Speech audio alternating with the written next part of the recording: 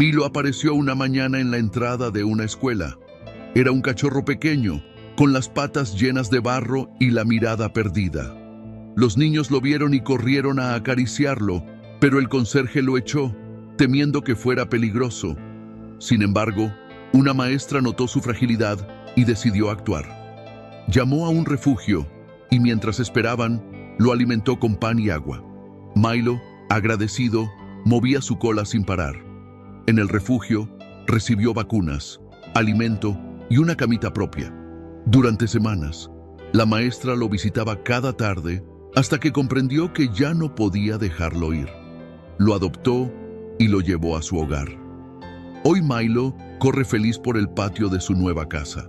Juega con los niños de la escuela en cada visita y duerme tranquilo cada noche.